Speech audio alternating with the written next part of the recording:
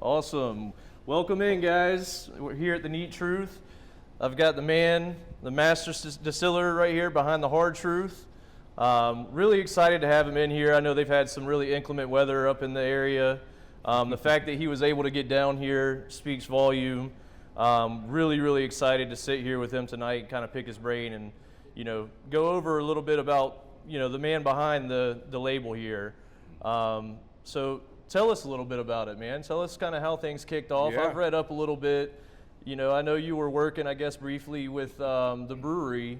Right, yeah. And the investors in this, are your partners now. So tell us a little bit about the backstory with kind of how you started with them. Sure. Well, first of all, thanks for having me, man. This is absolutely. Going to be, this is a beautiful place. And, Thank you. This is going to be fun. Yeah, it is. So, and also, I think if I'm going to start telling the story, I want to, I have the honor to be able to come out here and hang out with folks like y'all and tell the story of the brand, but I want to be really, very specifically clear that there are a lot of really important people that work really hard that are responsible for what's in the bottle and behind the label. So I get to talk about it, but I try not to take too much of the credit because at this point, there are people that are doing the day-to-day that are as passionate about this as I ever was.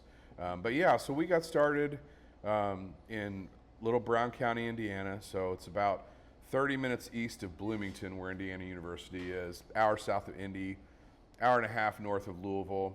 It's a really beautiful part of the state of Indiana. Most people think of Indiana as being real flat, but it's rolling hills, hardwood forests. It's just a gorgeous place. So my business partners had a really successful, still do, brewery, Quaffon Brewing Company.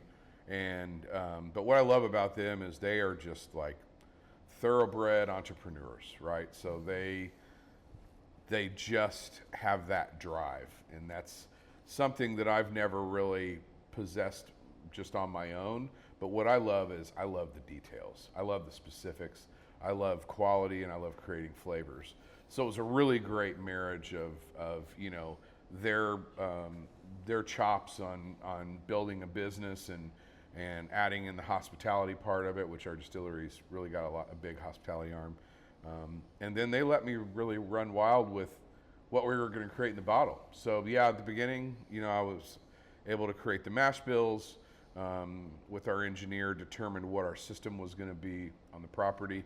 As far as making the whiskey, I learned a lot from a lot of my friends down in Kentucky. I think the most formative relationship that I had was with Shane and Pat at Wilderness Trail. I read that you were big fans of those guys. Yeah, well, I didn't know who they were, to be perfectly honest with you.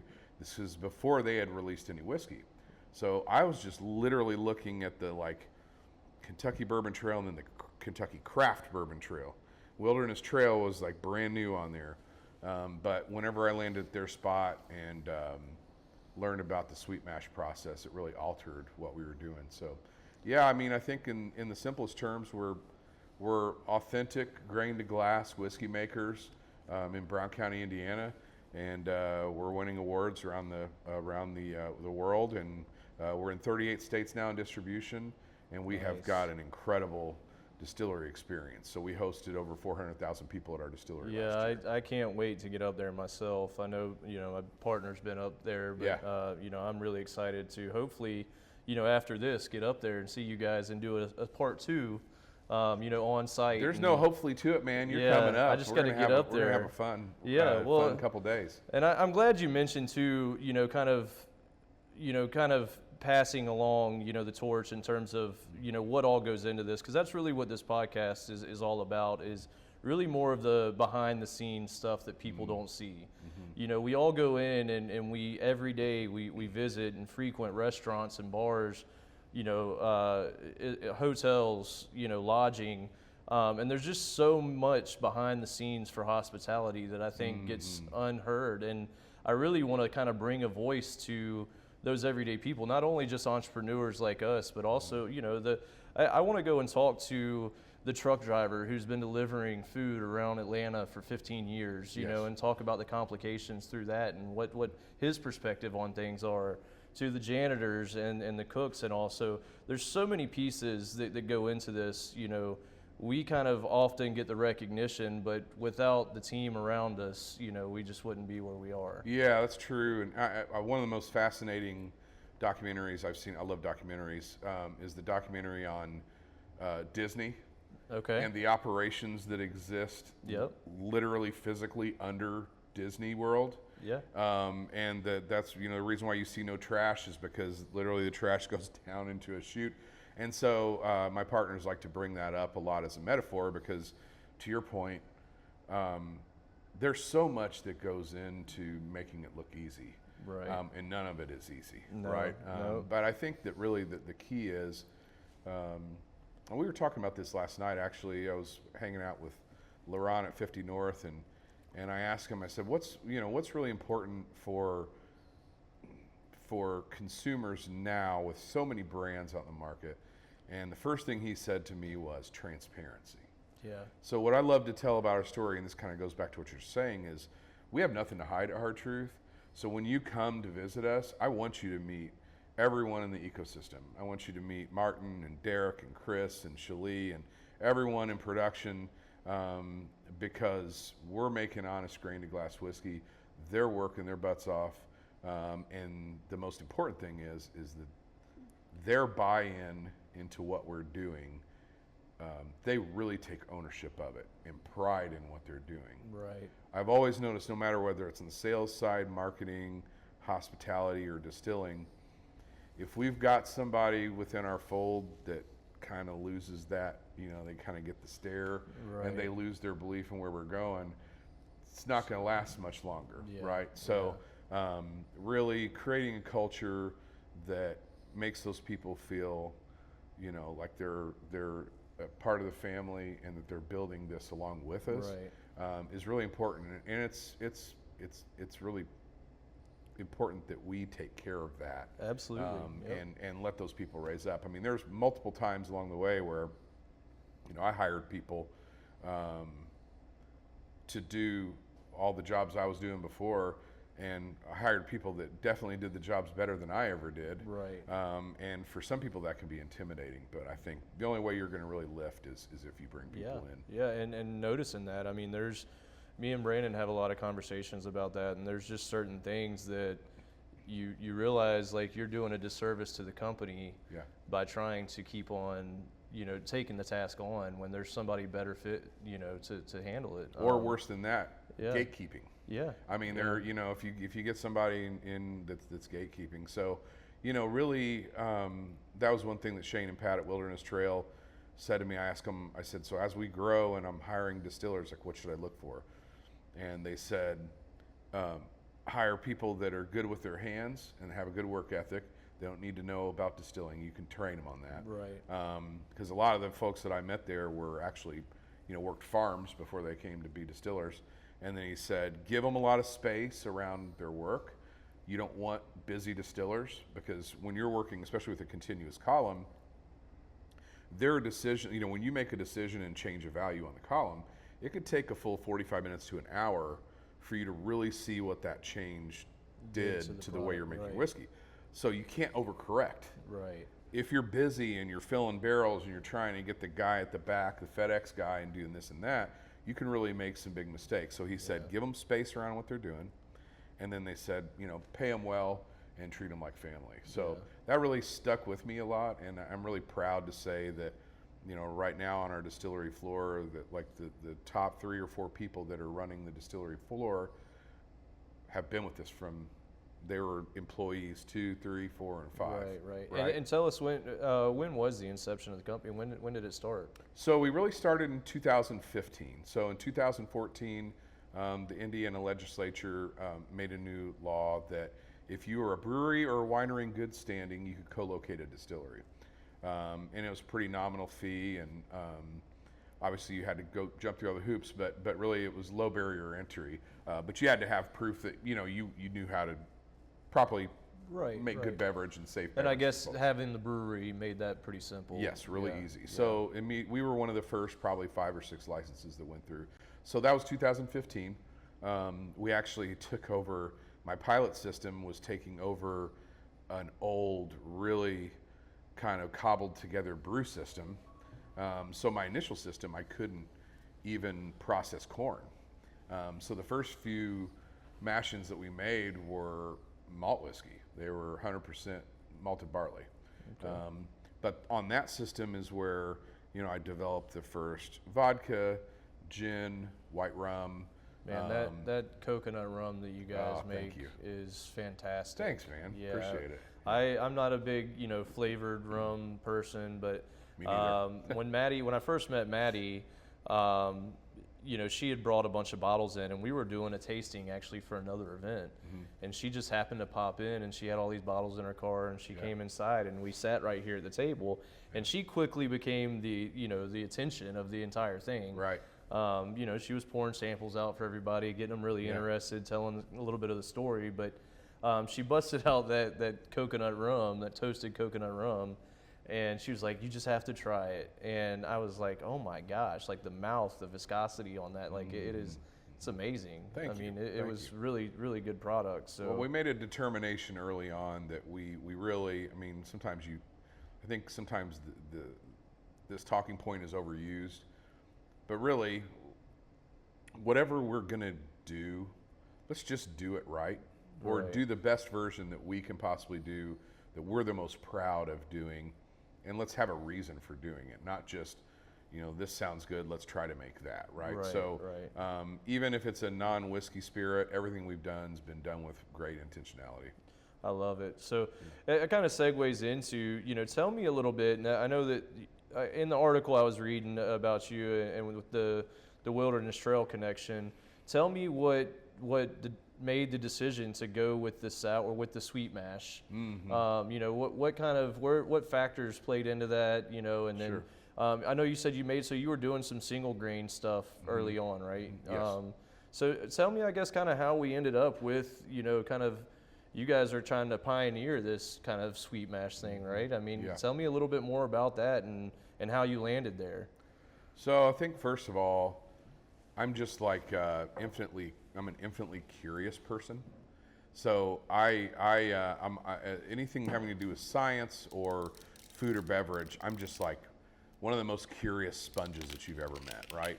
And then the other part of my personality is I don't really operate with a whole lot of ego. So I am never even slightly concerned about asking dumb questions, or maybe 150 dumb questions. Right. So as I was, we decided that we were going to buy this property and build this big distillery. So then it was put onto me like, okay, what are we going to do there? And so for me, it was really a journey of about a year of, and also the other thing is I'm not afraid to just ask for access, because all people can say is no if you ask nicely, right? Right. And it's everyone knows it's a very open industry. So I literally was just cold calling everybody, saying, "Hey, we're building a distillery in Indiana. I'm really trying to get my head around, other things that people are doing. Would you mind if I come and visit it?" So my visit to, I had never heard of sweet mash before. My visit to Wilderness Trail was totally a one-off. We weren't even going to go by, and I'm like, we're close enough. Let's go by there. And so I met Dr. Pat and Shane walking me through the distillery, and kept talking about sweet mash, and Dr. Pat was talking about it from a microbiological standpoint, and to my ear initially it sounded kind of more like a marketing thing, but then we went into their first rick house, and I'll never forget, I actually found the video the other day on my phone, but Shane drilled a barrel of their oldest whiskey at the time, which they didn't have any whiskey in the market yet, and it was a 2-year-old rye whiskey. Was that something that they had dropped themselves, or was it sourced? No, it was one of their very first batches. Okay. Yeah. And it absolutely just broke my brain. Okay. I had never tasted, especially a rye whiskey, that tasted so clean. Oh, I'm a rye guy. I am too. Yeah, I love well, I rye. didn't know I was until, but so clean, sweet, complex, balanced, viscous at less than 2 years old. And I just, so then I went back to everything they had talked about earlier in the day. And so, you know, being north of the Ohio River, it also was something where I wasn't looking for necessarily a hook. And I never want to do something just for the sake of being different.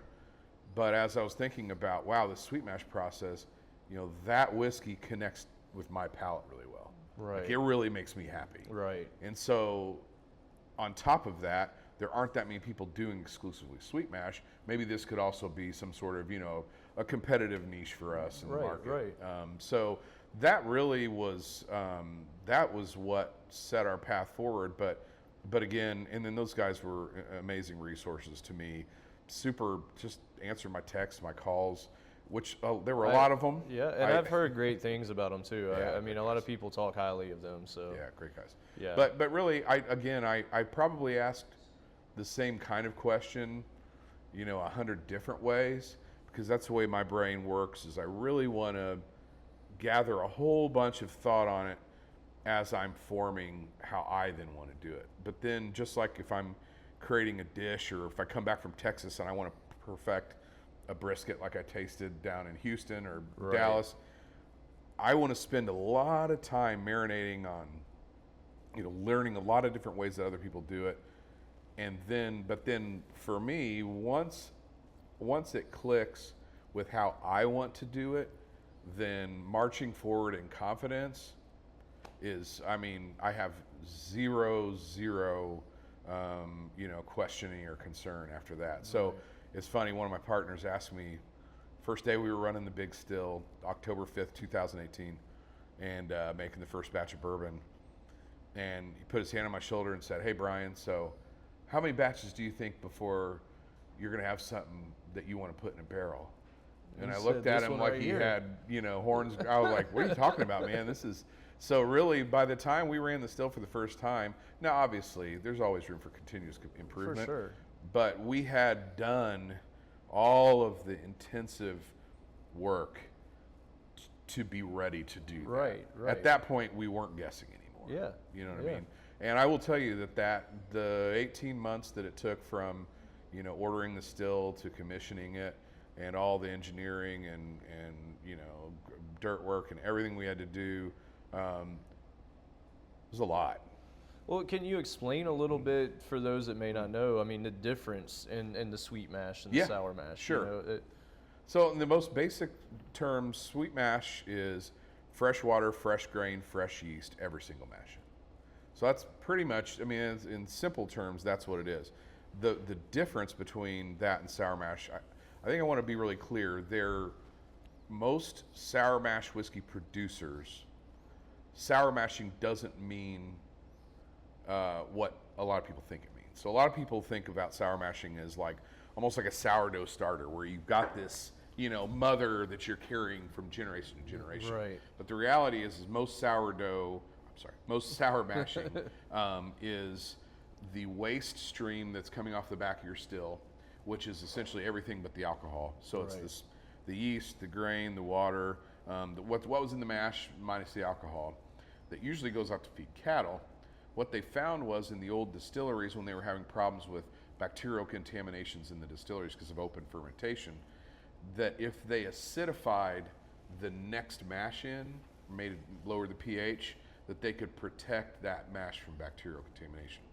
So we've got two problems. You've got to acidify the mash, and then the other problem is you've got this waste stream that if you don't have enough cows to feed it, you're shut down because you can't put it on the ground. Right. So they found, okay, well, if we put 10 to 15% of that back into the next batch, it lowers the pH, solves a certain volume of it that's got to go out the door, and then it creates consistency from batch to batch. But I would argue that it creates consistency through kind of muting some of the flavors. So it's not a bad way to, I mean, obviously some of my favorite whiskeys in the world are sour mash. For sure, yeah. But what I love about sweet mash is because you're not muting some of those flavors, and because the distillate coming off the still is so clean. It's so sweet. It's so intensely. I don't want to use the word grainy because sometimes people use the term grainy in a negative way. Right. But it really, to me, it celebrates the beautiful flavors in the grain in a completely unique way. And where on the grain topic, do you guys have? Who do you? I mean, is it sourced locally? I mean, where are you guys sourcing your grain from? It's a great question. So, I would love, when we got started, I would love to have said, oh man, I've got a clear path to do 100% grain, Indiana grains, right? Right. But the reality is that barley doesn't grow that great in Indiana. Yep. And neither does rye. Rye, yeah. So, first and foremost, I wanted to make the best quality whiskey I could make. Right. So I wasn't going to. You had to get grains from the best regions you Correct. could. Right. So right. good news is, corn grows really good in Indiana. I've heard that before. Yep. So I knew I'd get great corn, and wheat grows tremendously well in Indiana. Now I have found a farmer down in the southwestern part of the state where I'm from, Evansville area, who does grow some tremendous rye. And when I can get rye from him, I will. And we've had a few expressions that were 100%, rye from Dwayne Kuhlenschmidt and corn from Doug Miller. Some of the Mellencamp expressions were 100% Indiana grain. Yep. But for the most part, so all of our corn and all of our wheat comes from our personal farmer. He's a 6th generation farmer in Indiana on the same piece of land. He grows so much grain. We only take like 0.001% of his crops. So the good news is, the rest of it goes to commodity. So he's so stoked about what we're doing that every year at the end of harvest, he's taking the best of his crop and siloing it just for us. Wow. So That's each awesome. year I get consistency through like really, really high quality grain. So, but I will tell you that the farmer relationship is absolutely, if not the most important relationship, one of the top 3 most important relationships that I have made ahead of us making whiskey. Yeah, because if he cares as much about growing the grain and giving us quality of grain that I care about making the whiskey, I know we're going to be in a good spot. And I don't have to worry about it. Right. A lot of other stuff to worry about. Yeah, and I don't want to worry about that. A lot of people, and it's, I don't want to say they're wrong, but a lot of people in the bourbon world will tell you, oh, it's all about, the rick house, the location that it's in, the barrel, that's where all the flavor and all comes from.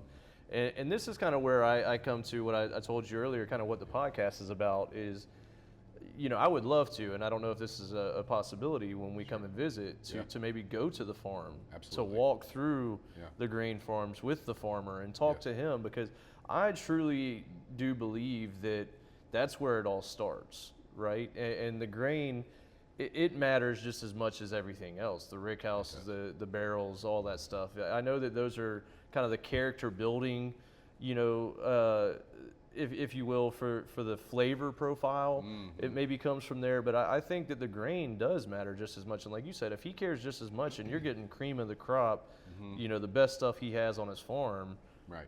As opposed to, there's companies out there we don't have to talk about that it's just mass produced. They don't give a shit about, where it's coming from and how it's, ethically farmed or anything like that.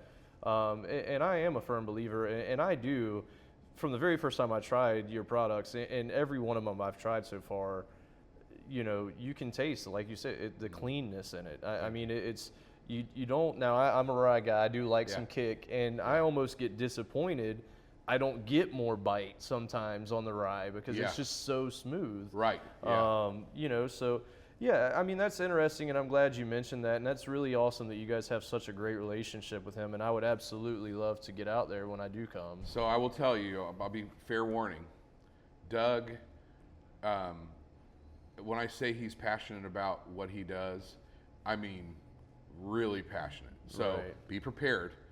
If you ever wanted to learn about no-till farming, sustainable farming, if you didn't want to know about that, you're going to learn about it, because Doug is absolutely maniacally focused on not only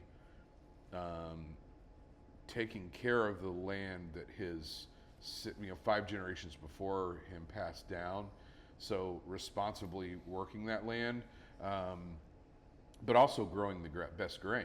Right. And those two things aren't mutually exclusive. Right. So he's a no-till farmer. He uses very little intervention with any kind of spraying of any kind, whether it's fertilizer or whatever, because how he'll describe it to you, in no-till farming, where you're not opening up the earth, he always describes it like, like tilling is like, opening the body. You're opening it to contamination. Right. But if you really truly take care of the microbiome that's in the soil, it will create its own nitrogen cycle that will create better fertilizer and weed control for your crops and anything else. So we'll go out to Doug's farm. It's awesome. There's a historic one-room schoolhouse in Rushville, Indiana, that sits right in the middle of all of his farmland, and it's awesome. like a historical marker, and it's got like the real slate chalkboards and the dunce caps. Oh man, how old is Doug? Oh gosh, how old is Doug? I'd say he's probably getting close to his maybe late 60s, early 70s. How many generations before him? I mean, is that land been in the sixth. family? He's the sixth. Okay, sixth generation. Yeah, and his sons have other businesses in the area. I don't know if they're gonna. I'm sure they'll do something. But so Doug and his wife run the farm, and then his brother Sean, who also helps with the farm, but he delivers all the grain to us. Okay. Yeah, it's a great relationship, man. Well, it's meaningful. Right. I mean, and that's a very crucial part too. I mean, it's a business relationship, but it becomes a friendship, and it's something that has to be nourished as well. So, I mean, fast forward, you guys have scaled up. Y'all are, becoming very big. Y'all have won a lot of awards. In doing that, has there been any tough calls that have had to be made in relationships with your farmers and grain decisions and stuff like that to protect the long-term quality? I mean, is there anything that you guys have, forks in the road that y'all have run into and you've had to make some decisions to be able to scale to where you guys are now? This is a really good question. I don't think anyone's ever asked me that. So there have been a lot of difficult decisions we've had to make, but not on the production or making side of things. So if you think about whiskey making, everything that I'm doing right now is for 2032 and beyond. Right. So we have to forecast what's going to be happening in 2032. Right. So I can't change willy-nilly. Right. And that's where it goes into that 10,000 hours of obsessing of what you're going to do. But then once you get started, you really got to kind of stay the course. Now again, we're always trying to constant improvement. But I can't just like we work in the still, I can't overcorrect. Yeah. Because I don't ever want you to get a bottle of our weeded bourbon bottled in bond one time and then get it the next time and be like, it's not as good, right? Yeah. So we got to maintain consistency through. So we have, my partners, all of us have really safeguarded the production part of our business, and that's why we've got the same employees. We've really safeguarded it from any of the market fluctuations or whatever nonsense happens out in the world. But the tough decisions are always in sales, and marketing, and distribution. I mean, that part of the business is so it can be really nasty. challenging, man. Yep. And so I always give props to our marketing and sales folks, and they're out there with their swords and shields fighting battles every single day. Yeah, and it's Maddie is phenomenal. Yeah, she's great. Yeah, she's really great. Bought in. You can tell just in my first interaction with her. A good sales rep is really confident in what they're selling, right? Mm-hmm. And I just from the moment I first met her, I mean, she is confident in what you guys are doing as an entirety. From the distillery, from the hospitality version to the bourbon, she really just spews, confidence in what you guys are doing. So yeah, and that goes back to what we were talking about before with the bought in part of employees. Right. It's funny, something came up recently, and my partner Jeff McCabe brought up the concept of unreasonable belief. And really, when you're a young, scrappy entrepreneurial company and you're undercapitalized, not only you have to have unreasonable belief, but the people that are working with you have to have unreasonable belief. Right. Really, that's what it takes to really propel yourself forward past, because trust me, every single day there's at least 100 different things or people or whatever that say, well, you guys aren't ever going to do that. Yeah. Right. Yeah. But you just have to have the unreasonable belief that's. Yeah, for sure. Because I mean, it's not easy, and especially from when you guys started, you know, we kind of were in such a peak with bourbon. You know, it was just off the charts. Yeah. It was just growing. And then it's halted a little bit, you know, in the last couple of years, and tequila is what everybody's looking at right now. But everything's trendy, you know, and staying consistent, like you said, and just being kind of a market leader and staying true to your guns is, you know, I think going to give you guys some longevity and be able to, you know, stay sustainable and stick around. I mean, yeah, and with this big boom that happened with whiskey, I mean, a lot of that was built on the back of blenders, non-distillery producing brands, you know, cool bottle designs, cool blends, cool barrel finishes, people doing neat stuff, which that's great, and the, you know, that variety, and that's I don't discount any of that stuff. I think it's very cool, but for a staying power, you know, no one can make whiskey that tastes like our whiskey. Yeah. Right? Because we are on a 325 acre patch of dirt. We use our own farmers. We have our own water. We have our own unique aging environment. We have our own custom char and toast barrel profiles. Yeah. Back to transparency. We don't have anything to hide. In fact, I want to tell you everything about it. Right. Because, you know, as things start to kind of get back into a more of a sense of normalcy with the whiskey world, brands like Hard Truth, and there's some other ones out there too that have really done it the hard way. Oh, for sure, yeah. Are making good estate whiskey. And I'm kind of happy because it's, you know, those allocations are starting to drop down, and I can actually get stuff that used to be readily available again. So, you know, it's been kind of nice to see that. But well, another thing that I had, and I know, you know, I could sit here and probably talk to you for a while, but there was one thing that stood out to me. Your, I guess, background. So prior to, I guess, working at the brewery, you were a therapist. You did therapy. So tell us a little bit about that. Yeah. So I went to school at IU multiple times. Not only the last time hey, I ended up. This is y'all's year in only football, the man. Y'all, I'm rooting for you this Saturday. We've only been waiting 200 years. Yeah, I'm rooting for you. Definitely was a topic of conversation last night with Laurent. He's a big Buckeyes fan, but I went to IU multiple times and only ended up with a degree the last time. But I love people. I love interacting with people. I've always been interested in the sciences, but I really am fascinated with human connection. I also am a camp kid, so I grew up at overnight summer camps, you know, going to them and then working at them. And so I truly believe in the power of recreation as a therapeutic tool. And then I figured out that they have a degree called recreation therapy.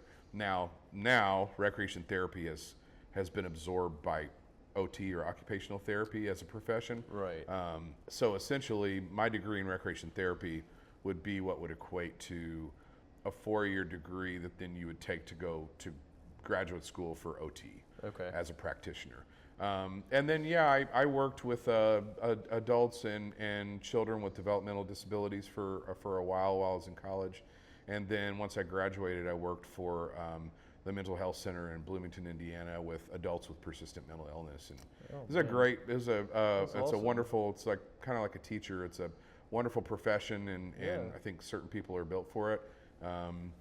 And it's frustrating to work within the system that we currently have. For sure. And so you know, people ask me about how I ended up doing what I'm doing. Right. I hate to sound cheesy, but truly, it's that definition of luck where preparation meets opportunity, right? Things just kind of aligned, I've always had this huge passion for creating flavors in food. I grew up with German and Dutch heritage down in Evansville. So my dad and his buddies and I would make sausage, brew beer, make wine. But that was all just stuff you did for fun. Yeah. It was like passion, hobby stuff. I saw your grandmother. I think you paid some homage to her, saying she used to call you in at 5 years old to taste cheeses and stuff that normal 5 years olds aren't tasting. So you developed a palate at a young age. Yes. But I think that the only thing that drew me away from what I went to school for was I met this group of folks, saw what they had done in the beer world.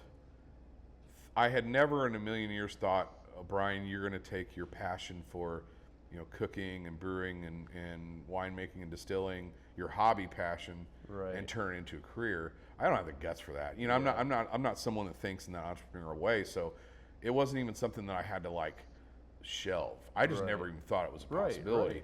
But I will say that, sometimes, and this is maybe one of the only times in my life that I've experienced this in this way, there are some times when things are crystal clear, right? So when I met Ed and Jeff and Jim and Tim, and I saw what they had built in the beer and then restaurants and hospitality, and then I kind of did my own, went through my own mind and thought about what my skill set was, and then I thought about my motivation, where I was in life. Almost from the instant that I knew I had an opportunity to ask for the chance to do it, I could see the whole thing all the way to the end.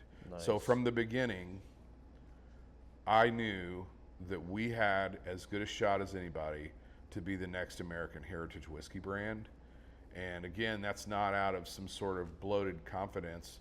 It's just, I did not see a reason why that couldn't be the case. Absolutely. So every day, I've just been a student of the craft and never wavered in belief of where we're going. And now's the fun part. Yeah. Now I get to hang out with folks like y'all and drink some great whiskey. Absolutely. And meet some fine folks here in Atlanta. Yeah, and that it is. Well, I mean, is there anything that just to kind of to go back to your roots of the therapy thing? I mean, is there anything that you're doing with Hard Truth or anything locally for some local nonprofits or anything like that to kind of to go back to that? I mean, are you doing anything to help in that therapeutic world? It's kind of it's a good question. Yes. I mean, not necessarily related to the brand. It's a little bit of a tricky space with alcohol and health deficits. Right. But what we do is, because even though we're a whiskey distillery, we have a ton of people that come onto our campus for experiences that don't drink. Right. I've got 3 people that work for me in the distillery that don't drink. Yep. So we offer experience packages that I offer up as donation packages, or silent auction things all the time. So we can kind of go a little bit to the side of that alcohol world. Yeah. But more on a funny side of things, I mean, recreation therapy, whiskey making, Right. kind of similar. Yeah. Well, and y'all we didn't really get to talk a whole lot about the activities and the stuff that the distillery has. I mean, I tell people, I've talked to Tanya and Reiko, have been there and visited, and they've spoke so highly of it. It's like the Disney World of distilleries. I mean, so tell me, I mean, what is kind of the experience there? I mean, it's not just drinking whiskey. I mean, there's more to do there, correct? I mean, well, yeah, and I've found that every time I try to explain it in words, or we try to do it in pictures or videos, we're not doing a very good job, because every single time we get somebody that we've talked to about the campus, when they first pull onto the campus, they all say the same thing, which is, holy shit. And they look around, right? So, but yeah, we've got a 325 acre, just basically rolling whiskey Disneyland. Yeah. I mean, we've got 3 rick houses. We do basic distillery tours. We do mixology classes. We do inside the barrel tours, where you go and thieve from a barrel in the rick house. We do side-by-side ATV tours. We drive, you drink, and out in the woods. And it's not a Disneyland ride. Sounds great. It's a real, We you're drive, down in the you creek drink. bottoms. So we offer, and then on top of that, 300-seat restaurant, killer food, 1,500-person outdoor music venue, live music all every weekend in the warm weather months. This past year, 2025, we really leaned in to connecting with the barbecue world in a serious way. So we hosted the live fire championship leg of the World Food Championships on our property. We had like Al Fragoni's team with the like Argentinian, stuff hanging off over a live fire. So if you can't have fun when you come to visit us, it's your problem, not ours. It's your problem. Yeah, it's a great place. Bryan, it has been absolutely fantastic. I know we're getting ready to lead a tasting up here at Grant Park Social right after this, so we're going to transition into that. But kind of want to close out, and you've got a lot of positivity around you, but if you could tell your younger self something, or other people, that are kind of pursuing entrepreneurship. I myself, struggle tremendously mentally, with a lot of stuff, a lot of struggles balancing life, work. But I mean, if you could go back, or if you could get a message out to your younger self or to other young individuals that are pursuing kind of their dream, whatever it may be. Yeah. What would it be? I would say, instead of the, a lot of times people say, follow your passion or whatever, but I didn't ever think that was an option.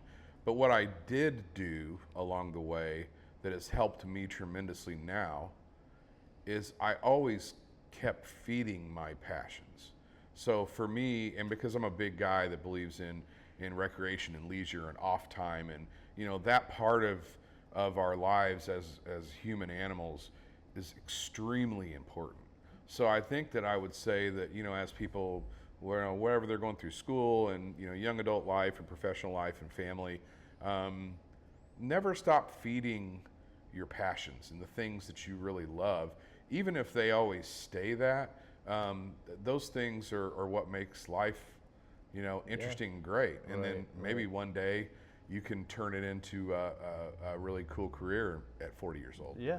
Well, and passions change, right? That's one thing that I've had to learn. It's something that sometimes you want something so bad, and when you finally get there, you realize it wasn't what you thought it was. So, and I know a lot of people struggle, at getting older and thinking like, man, this is what I thought it was going to be. And, so just, it's been kind of refreshing. Like I said, that you seem to have, you find it, you go with it, and you just, keep believing and, keep your head down. And I mean, it's worked out for you, man. I mean, honestly, cheers to the success and many cheers more to years. You guys as well. Yeah. And we appreciate it. And we're getting ready to, like I said, go live with this tasting here in Grant Park Social. Thank you guys for tuning in. Stay tuned. We'll do a version 2 at Hard Truth. There we go. Awesome. Cheers. Thank you, buddy. Cheers. Thank Appreciate you, Bryan. Yep.